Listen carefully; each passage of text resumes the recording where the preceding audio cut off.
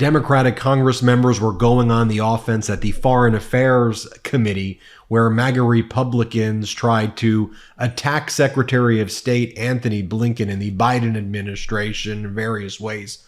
Democrats flipped the script, basically took control of this hearing. One of the first clips I want to share with you is Democratic Congress member Jared Moskowitz, who sits on the Foreign Affairs Committee. And here he strongly went after the MAGA Republicans who falsely posted on their social media accounts that Democrats were skipping this hearing. Watch Democratic Congressmember Moskowitz here. Here, play this clip. You know, the official Twitter account of this committee put out a tweet at 11:27. And it says, at this committee's final hearing this Congress, we brought in Secretary Blinken to testify on the disastrous Biden-Harris withdrawal from Afghanistan after months of stonewalling. Sadly, many of the Democratic seats are empty at this important hearing. I don't know what intern put this out, but it is misinformation and it is literally a lie. First of all, if you look at the picture, half the seats on that side of the aisle are empty, and I'm not blaming them. That's how these committees work. We all know this. People come in and out of these hearing rooms. But let me give you the numbers. 20 of the 23 Democrats on this committee were here today. 23 of the 28 Republicans were here today. Of the ones that were here, 17 Democrats asked questions, 17 Republicans asked questions. So the official account of this committee is making it appear that we don't care about what happened in Afghanistan. It is not true.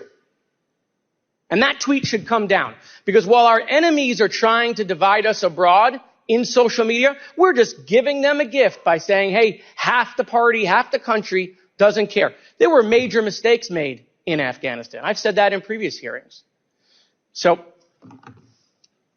I appreciate everyone going on their soapbox. More on Democratic Congressmember Jared Moskowitz in a little bit. Stay tuned. I want to talk about something else. But first, I want to show you Democratic Congressmember Gregory Meeks pointing out in his questioning of Secretary of State Blinken, who's in the Biden administration, how it was Trump's Doha deal that surrendered Afghanistan to the Taliban. Here, play this clip. The full U.S. withdrawal from Afghanistan was set into irreversible motion by President Donald Trump when he concluded the Doha deal with the Taliban and ordered the withdrawal of troops per that agreement, first from 14,000 to 8,600, and then all the way down to 2,500 by January 15th, 2020. And after the Trump administration failed to plan for the withdrawal they started, the Biden administration conducted a thorough policy review, acknowledged that we would again be at war with the Taliban if they abandoned the Doha deal, and finished the work his predecessor started by building a withdrawal and contingency plan from the ground up through 2021.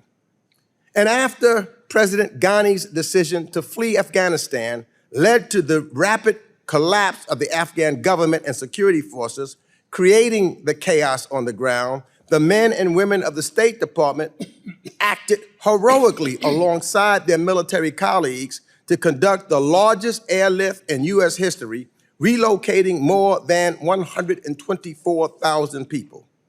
This is very important for you to watch this next clip I'm about to show you from this Foreign Affairs Committee, where Democrats basically took control of the MAGA Republicans committee hearing. The MAGA Republicans wanted to bring in Secretary of State Blinken to try to embarrass him and try to say that all of his kind of foreign affairs his foreign affairs interactions have been a disaster. Let's be very clear. Internationally, with our diplomatic relations, Democrats under Biden administration have allowed our alliances to grow stronger than ever before. NATO is as strong as it's been. I want to share this with you, though. Here's Democratic Congress member Jerry Connolly. And here Congressmember Connolly goes through with Blinken what really went down in Afghanistan. And I think it's important that you listen and watch all of this clip. I'm not going to play the full interaction, but watch this because it goes through the history of how the MAGA Republicans, when Trump was in office, under former Secretary of State Pompeo, turned Afghanistan over to the Taliban, freed the prisoners for nothing in return, the Taliban terrorists who then took over Afghanistan. Here, watch this. It's important. Let's play it. I'd like to put a picture up which seems to suggest, Mr. Secretary, that the Republican narrative is correct about you. There you are with a prominent Taliban negotiator. Do our tech people have that picture? Well, I have it here. Isn't that you with the Taliban negotiator, Mr. Secretary?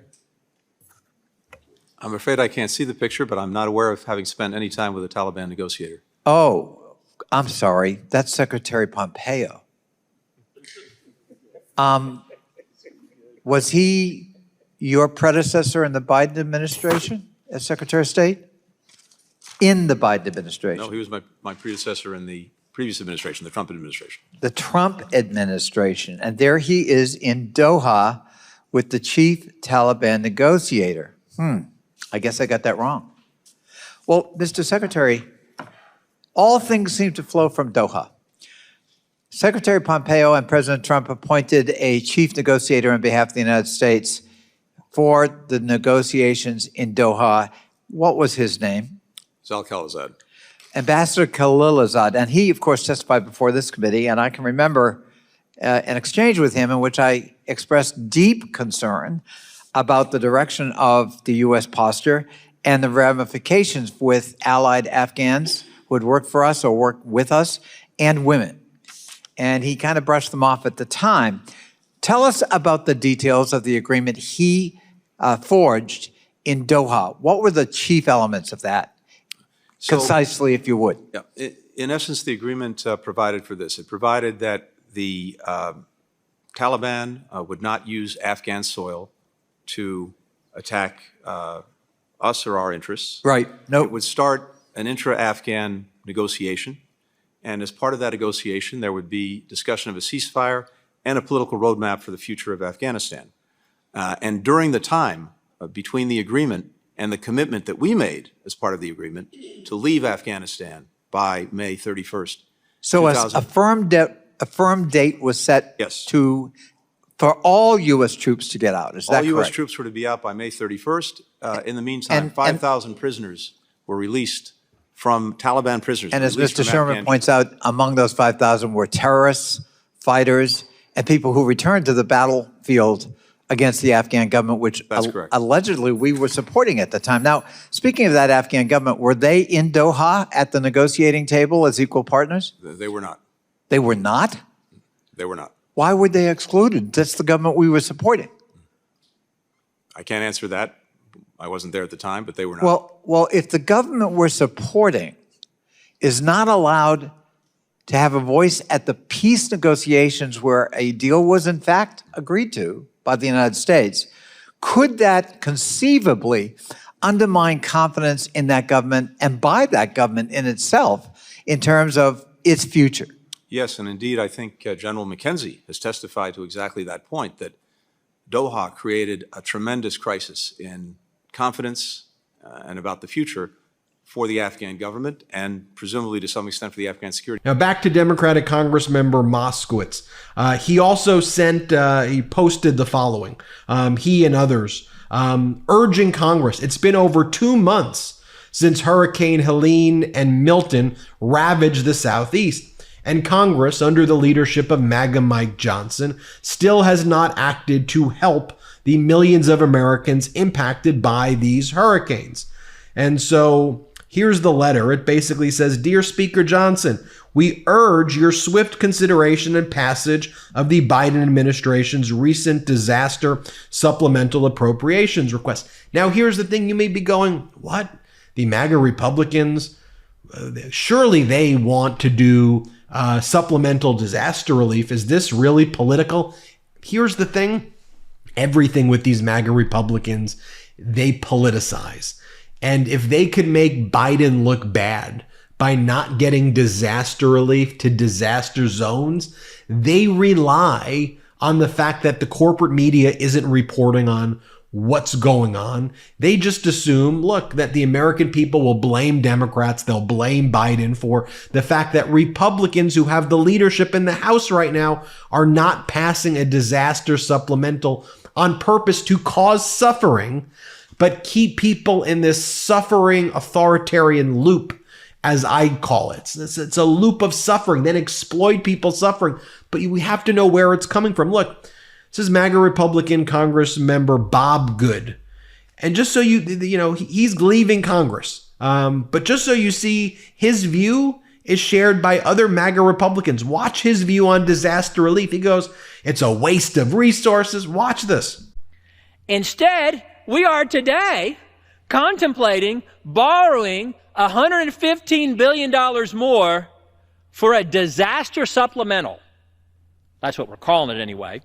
On top of other inevitable year-end lame duck spending increases.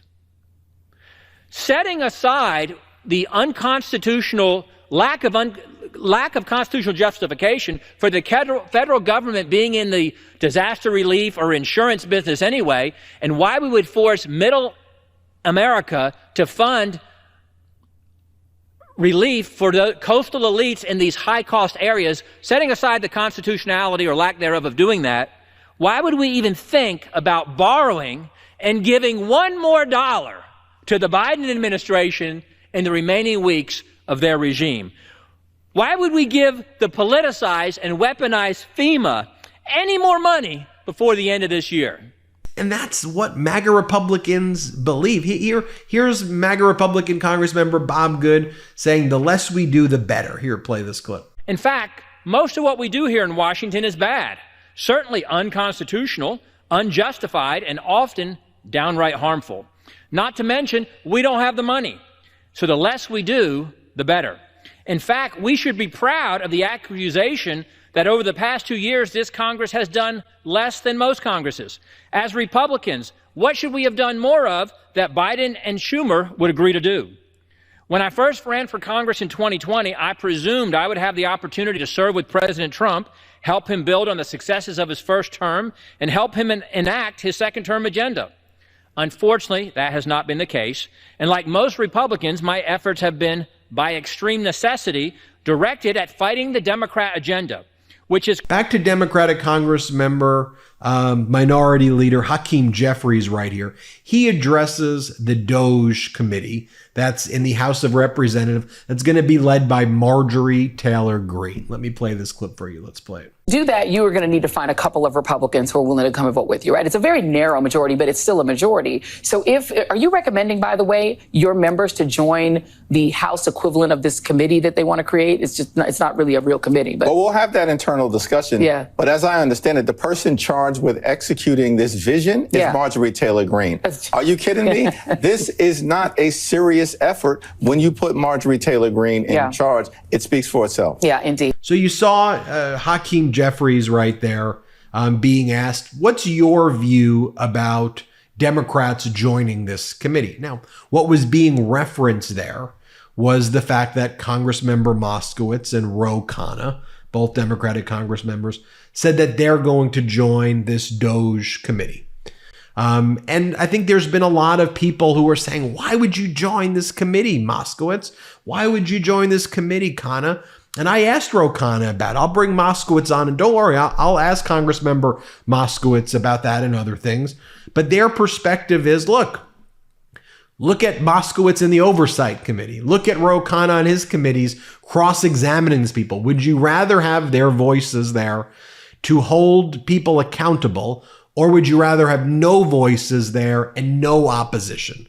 So I think that's their argument there. And look, Congressmember Moskowitz, I don't know if you know this, before he was a Congress member, he was running the disaster relief program under the DeSantis administration. He did a very good job. So one of the things I asked people in our Patreon meeting, by the way, you can sign up at patreon.com/MeidasTouch. I said, would you rather, knowing Moskowitz, would you rather have him on the running disaster relief in your state, even if it's a Republican state, or would you rather have someone like Matt Gaetz running it. Now, the one question I did, and everyone said, of course we'd want Moskowitz. Now, the one question that, multiple questions that I'm going to ask Moskowitz were, the statements that he's made about kind of Congressmember Gaetz when he was appointed to be the Attorney General. I want to get Congressmember Moskowitz's perspective on what he said at that time about Gaetz and other things. And we'll chat about that. But for now,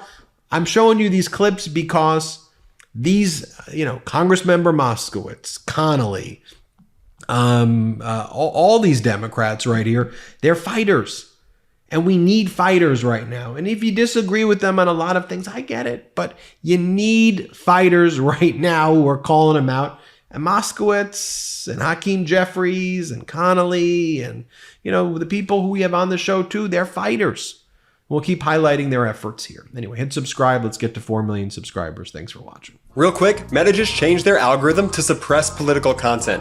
Please follow our Instagram @MeidasTouch right now as we head towards 400,000 followers so you don't miss a beat.